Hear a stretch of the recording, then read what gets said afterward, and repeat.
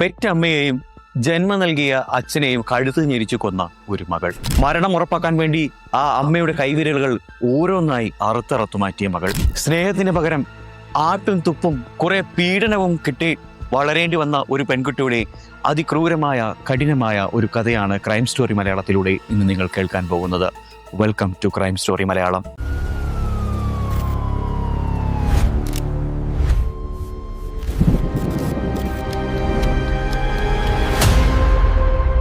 മീററ്റിലെ ഒരു ശാന്തമായ നഗരം. 2008 നവംബർ 10 ആ രാത്രി അവിടെ സംഭവിച്ചത് എന്താണ്?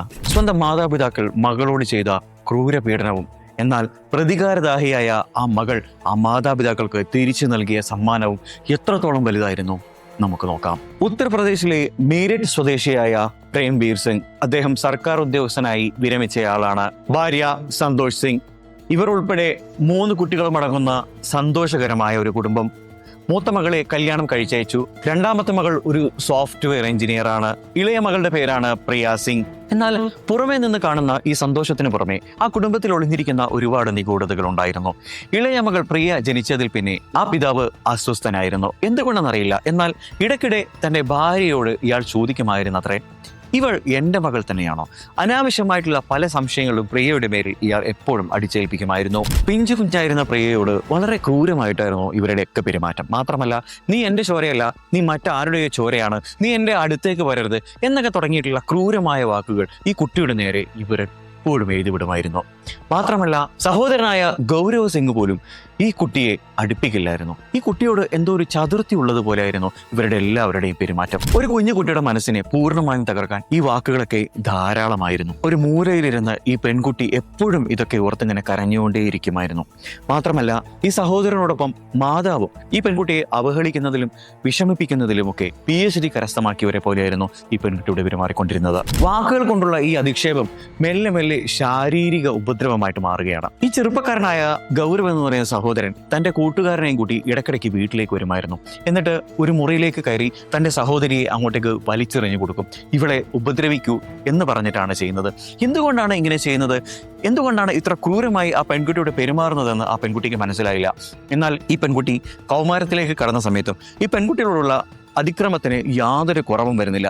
ഈ പെൺകുട്ടിയെ ശാരീരികമായി ഉപദ്രവിക്കുന്നു. കൂട്ടുകാരെ വിളിച്ചു കൊണ്ടുവന്ന് ഈ പെൺകുട്ടിയെ റൂമിലേക്ക് ഇട്ടുകൊടുത്ത് ശാരീരികമായി ഉപദ്രവിക്കാൻ പറയുന്നു. ഇത്തരത്തിലുള്ള ക്രൂരമായ ചെയ്തികൾ ഇയാൾ തുടർന്നുകൊണ്ടേയിരുന്നു. ഈ കുടുംബവും ഇതിന് സപ്പോർട്ട് ചെയ്തുകൊണ്ടേയിരുന്നു. ഈ പ്രായത്തിൽ തന്നെ സംരക്ഷിക്കേണ്ട തന്റെ കുടുംബം, ഒരു പെൺകുട്ടിക്ക് ഏറ്റവും കൂടുതൽ കരുതൽ കൊടുക്കേണ്ട ഈ സമയത്ത് തന്നെ ഇത്തരത്തിൽ ഉപദ്രവിക്കുന്ന കുടുംബത്തോട് ഈ പെൺകുട്ടിക്ക് തീർത്താൽ തീരാത്ത പക അവൾ അറിയാതെ തന്നെ അവളുടെ മനസ്സിലിങ്ങനെ വലുതായി വരികയാണ്. ഈ നരകത്തിൽ നിന്നും എങ്ങനെയെങ്കിലും രക്ഷപ്പെടണമെന്നും തനിക്ക് സ്വന്തമായി ഒരു ജോലി കണ്ടെത്തി സ്വന്തം കാലിൽ നിന്ന് ഈ നരകത്തിൽ നിന്ന് എങ്ങനെയെങ്കിലും ഒന്ന് കഴിച്ചിലാവണമെന്ന് ആ പെൺകുട്ടി ഒരുപാട് ആഗ്രഹിച്ചു. അതുകൊണ്ട് തന്നെ പ്രിയ പഠനത്തിലും സൗന്ദര്യ മത്സരത്തിലും ശ്രദ്ധ കേന്ദ്രീകരിക്കാൻ തുടങ്ങി. 2005 മിസ് മീററ്റ് പദവി ഈ പെൺകുട്ടി സ്വന്തമാക്കി. ഇതോടെ മോഡലിംഗ് രംഗത്ത് നിന്നും നിരവധി അവസരങ്ങൾ ഈ പെൺകുട്ടിയെ തേടി വരികയാണ്. അതുകൊണ്ട് തന്നെ ഈ പെൺകുട്ടി പഠനത്തിൽ വളരെയധികം ശ്രദ്ധ കേന്ദ്രീകരിക്കുന്നു. പിന്നീട് സൗത്ത് ഡൽഹിയിലെ പോളിടെക്നിക് ഫോർ വുമൺ കോളേജിൽ ചേർന്നുകൊണ്ട് ഇന്റീരിയർ ഡിസൈൻ പഠിക്കാൻ ഈ പെൺകുട്ടി തീരുമാനിക്കുകയാണ്. വീട് വിട്ട് ഹോസ്റ്റലിലേക്ക് പോകാൻ തീരുമാനിക്കുന്നു. ഇതോടുകൂടി ഒരുവിധം പ്രശ്നങ്ങളൊക്കെ തീരുമെന്നാണ് ഈ പെൺകുട്ടി ആശ്വസിച്ചത്. അവിടെ വെച്ച് അനീഷ് കുമാരി എന്ന് പറയുന്ന ഒരു പെൺകുട്ടിയെ ഈ പെൺകുട്ടി പരിചയപ്പെടുകയാണ്. സാഹചര്യം കൊണ്ട് ഇവർ രണ്ടുപേരുടെയും ജീവിതകഥകൾ ഏകദേശം ഒരുപോലെ ആയിരുന്നു. അച്ഛൻ വെടിയേറ്റ് മരിച്ചതും ബന്ധുക്കളുടെ പീഡനങ്ങൾ താൻ അനുഭവിക്കേണ്ടി വന്നതുമെല്ലാം അങ്ങനെ തുടങ്ങിയിട്ടുള്ള നിരവധി കഥകൾ ഇവർ പരസ്പരം ഷെയർ ചെയ്തു. അങ്ങനെ ഇവർ നല്ല സുഹൃത്തുക്കളായി മാറി. എന്നാൽ അവിടെ വിധി അവളെ വിടാതെ പിന്തുടർന്നേയിരുന്നു.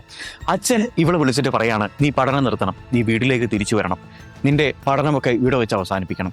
എന്നിട്ട് ഈ പെൺകുട്ടിക്ക് കൊടുത്തുകൊണ്ടിരുന്ന സാമ്പത്തിക സഹായങ്ങളെല്ലാം അവിടെ വെച്ച് അവസാനിപ്പിക്കുകയാണ്. ഇവിടെ വീട്ടിലേക്ക് തിരികെ കൊണ്ടുപോകാൻ വേണ്ടി അദ്ദേഹം നേരിട്ട് ഡൽഹിയിലേക്ക് എത്തുകയാണ്. എന്നാൽ ഈ പെൺകുട്ടി അയാളെ നേരിൽ കണ്ട സമയത്ത് പറയുകയാണ്, നിങ്ങളുടെ കൂടെ വന്ന് അവിടെ ജീവിക്കുന്നതിലും ഭേദം ചാവുന്നതാണ് നല്ലത്. ഇത്രയും പറഞ്ഞുകൊണ്ട് അയാളെ അവിടെ വീട്ടിലേക്ക് തിരിച്ചയച്ചു. പിന്നെ സുഹൃത്ത് അനുജിന്റെ കസിനായിട്ടുള്ള ഒരാളുമായിട്ട് ഈ പെൺകുട്ടി പ്രണയത്തിലാവുകയാണ്. കുടുംബത്തിനെ എല്ലാം അവഗണിച്ചുകൊണ്ട് അയാളെ ഈ പെൺകുട്ടി കല്യാണം കഴിക്കുകയും ചെയ്യുന്നു.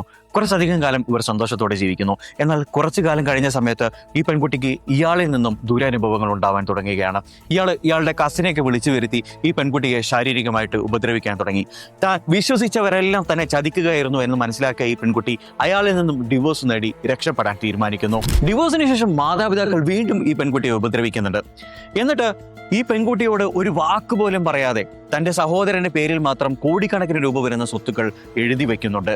അങ്ങനെ ഈ ഇടയ്ക്ക് മാതാപിതാക്കളുടെ ശല്യം കൂടിയതോടുകൂടി വുമൺ ഫോറത്തിലും പോലീസ് സ്റ്റേഷനിലും മറ്റും ഈ പെൺകുട്ടി ഈ മാതാപിതാക്കൾക്കെതിരെ കേസ് കൊടുക്കുന്നുണ്ട്. പക്ഷേ ഇതിനിടയിലാണ് ഞാൻ നേരത്തെ പറഞ്ഞതുപോലെ ഈ പെൺകുട്ടിയോട് ഒരു വാക്ക് പോലും പറയാതെ സഹോദരന്റെ പേരിൽ മാത്രം ഈ കോടിക്കണക്കിന് രൂപയുടെ സ്വത്തുക്കൾ എഴുതി വെച്ചുകൊണ്ട് ആ മാതാപിതാക്കൾ ഈ പെൺകുട്ടിയോട് പക വീട്ടുന്നത്.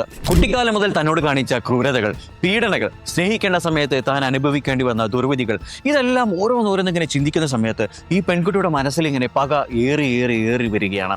ഇവരോട് എങ്ങനെയെങ്കിലും പക വീട്ടണം എന്നുള്ള ഒരു ചിന്ത മാത്രമായി ഈ പെൺകുട്ടി രാപ്പകലുകൾ ചിലവഴിച്ചു. അങ്ങനെ പ്രതികാരദാഹിയായ ഈ പെൺകുട്ടി ഇവരോട് പകരം വീട്ടാൻ തന്നെ തീരുമാനിക്കുകയാണ്. ഒരു ദിവസം രാത്രി ഇവരുടെ വീടിന്റെ അടുത്ത് കൂട്ടുകാരിയും അതേപോലെ തന്നെ ഈ പ്രിയ എന്ന് പറയുന്ന പെൺകുട്ടിയും ചേർന്നുകൊണ്ട് പോയിട്ട് ഒരു റൂം എടുക്കുകയാണ്. എന്നിട്ട് തന്റെ കുടുംബത്തിന്റെ ഓരോ അനക്കങ്ങളും ഇങ്ങനെ നിരീക്ഷിച്ച് വരികയാണ്. അങ്ങനെ നവംബർ 10 രാത്രി 10 മണിക്ക് ഈ പെൺകുട്ടി നേരെ വീട്ടിലേക്ക് കയറി ചെല്ലുന്നു. വാതിൽ മുട്ടാണ്. അമ്മ വാതിൽ തുറക്കുന്നു. എന്നിട്ട് ഈ പെൺകുട്ടി അകത്ത് കയറിയിട്ട് ഈ മാതാവിനോട് ചോദിക്കുകയാണ്, എന്തുകൊണ്ടാണ് എനിക്ക് സ്വത്തുക്കളൊന്നും തരാതെ എൻ്റെ സഹോദരന്റെ പേരിൽ മാത്രം എഴുതി വെച്ചിരിക്കുന്നത്? ഇത് കേട്ട മാതാവ് നിഷ്കരണം ഈ പെൺകുട്ടിയുടെ മുഖത്ത് നോക്കി പറയുകയാണ്, നീ ഞങ്ങളുടെ മകളല്ല, ഞങ്ങളുടെ സ്വത്തിൽ നിന്നും ഒരു 10 പൈസ പോലും നിനക്ക് തരാനും പോകുന്നില്ല. അമ്മയുടെ ഈ വാക്കുകൾ കേട്ടപ്പോൾ ഈ പെൺകുട്ടിക്ക് സ്വയം നിയന്ത്രിക്കാൻ കഴിഞ്ഞില്ല. ഈ പെൺകുട്ടി നേരെ അമ്മയുടെ കഴുത്തിൽ കയറി പിടിക്കുകയാണ്. അനുജം കൂടെ ഈ പെൺകുട്ടിയുടെ സഹായത്തിനുണ്ട്. അമ്മയുടെ കഴുത്തിൽ കയറി ഇങ്ങനെ പിടിച്ച സമയത്ത് ഈ അമ്മ ഒച്ചപ്പാടും വിളി ഉണ്ടാക്കുന്നുണ്ട്. പെട്ടെന്ന് പ്രേംവീർ അകത്തു നിന്നും പുറത്തേക്ക് വരികയാണ്. അതായത് അച്ഛൻ പുറത്തേക്ക് വരികയാണ്. എന്താണ് നീ ചെയ്യുന്നത് എന്ന് ചോദിച്ചിട്ട് ഈ പെൺകുട്ടിയുടെ നേരെ അയാൾ ഓടിയെടുക്കുന്ന സമയത്ത് അനുജ് വന്നിട്ട് അച്ഛൻ്റെ കൈകൾ ഇങ്ങനെ പുറത്തേക്ക് കെട്ടിപ്പിടിക്കുകയാണ്. പുറത്തേക്ക് ഇങ്ങനെ പിടിച്ച് ലോക്ക് ചെയ്യാണ്. ഈ പെൺകുട്ടി ആ അമ്മയുടെ കഴുത്ത് ഞെരിച്ച്, ആ അമ്മയുടെ ശ്വാസം മുട്ടി അവർ മരിക്കുന്നത് വരെ ഇങ്ങനെ കഴുത്ത് ഞെരിച്ച് പിടിക്കുകയാണ്. തൽക്ഷണം ഈ അമ്മ അവിടെ മരിച്ചു വീഴുന്നുണ്ട്. ഈ സമയത്ത് അനുജ് ഈ പ്രായമായ അച്ഛൻ്റെ കഴുത്ത് ഞെരിച്ച് അയാളെയും കൊലപ്പെടുത്തുന്നുണ്ട്. അമ്മ മരിച്ചില്ല എന്നൊരു ഈ പെൺകുട്ടിക്ക് ചെറിയൊരു സംശയം തോന്നുകയാണ്. ഈ പെൺകുട്ടി അടുക്കളയിലേക്ക് പോയിട്ട് ഒരു കത്തി എടുത്ത് കൊണ്ടുവന്നിട്ട് തന്നോട് ചെറുപ്പത്തിൽ ചെയ്ത ഓരോ ക്രൂര ചെയ്തികളും ഓർമ്മ വന്നതുകൊണ്ട് ഈ കൈവിരലുകൾ ഓരോന്നായിട്ട് ഇങ്ങനെ അറുത്തെടുക്കുകയാണ്. പ്രതികാരദാഹിയായ ആ പെൺകുട്ടി മുഴുവൻ ഊർജവും ആർജിച്ചെടുത്ത് അവരുടെ ശരീരത്തിലെ ഓരോ അണുവും മരണപ്പെട്ടു എന്ന് ബോധ്യപ്പെടുകയാണ്. എന്നിട്ട് ഈ അച്ഛൻ്റെ നെഞ്ചിൽ കത്തി കുത്തിയിറക്കി അയാളും എല്ലാ തരത്തിലും കൊല്ലപ്പെട്ടു എന്ന് ഉറപ്പാക്കാണ്. പിന്നീട് വീട്ടിലുണ്ടായിരുന്ന പണവും സ്വർണ്ണാഭരണങ്ങളും എടുത്തുകൊണ്ട് അവിടെ നിന്നും ഡൽഹിയിലേക്ക് രക്ഷപ്പെടുകയാണ്. പിറ്റേ ദിവസം ആ വീട്ടിൽ നിന്ന് ആരും പുറത്തിറങ്ങാതെ കണ്ട് ബന്ധുക്കളും അതേപോലെ തന്നെ അയൽവാസികളുമെല്ലാം നേരെ പോലീസ് സ്റ്റേഷനിൽ അറിയിക്കുകയാണ്. ഇവർ വാതിൽ ചവിട്ടി തുറന്ന് അകത്ത് കയറിയപ്പോൾ കണ്ട കാഴ്ച ചോരക്കളമായിട്ട് അങ്ങനെ മൊത്തത്തിൽ കിടക്കുന്നതാണ്. പെട്ടെന്ന് തന്നെ ഫോറൻസിക് സംഘത്തെ പോലീസ് വിവരം അറിയിക്കുന്നു.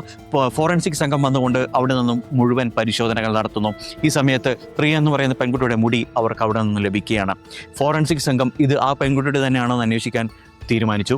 എന്നാൽ ഇതേ സമയത്ത് ഇവരെ നാട്ടുകാരെയും മറ്റൊക്കെ ക്വസ്റ്റ്യൻ ചെയ്യുന്ന സമയത്ത് ഇളയ പെൺകുട്ടിക്ക് ഈ കുടുംബത്തോടുള്ള തീർത്താൽ തീരാത്ത പകയും ഇളയ പെൺകുട്ടിയോട് ഇവരെങ്ങനെയാണ് പെരുമാറുന്നത് എന്നതിനെക്കുറിച്ചുമുള്ള വ്യക്തമായ സൂചനകൾ പോലീസിന് ലഭിക്കുന്നുണ്ട്.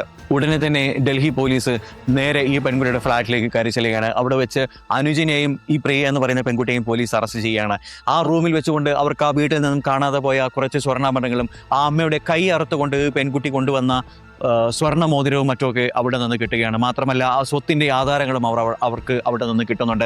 ഇത്തരത്തിൽ പിന്നീട് തെളിവുകളെല്ലാം പോലീസ് ശേഖരിച്ചു. ഇവരെ ചോദ്യം ചെയ്ത സമയത്ത് എളുപ്പം തന്നെ തനിക്ക് ചെറുപ്പത്തിലുണ്ടായിട്ടുള്ള ദുരനുഭവങ്ങളെക്കുറിച്ചും അതുപോലെ തന്നെ താൻ അനുഭവിക്കേണ്ടി വന്ന പീഡനങ്ങളെക്കുറിച്ചും തന്നെ ഇത്തരത്തിലൊരു കൊലപാതകി മാറ്റിയത് ഈ കുടുംബക്കാർ തന്നെയാണെന്നും ഇവർ സ്ഥിരീകരിക്കുന്നുണ്ട്.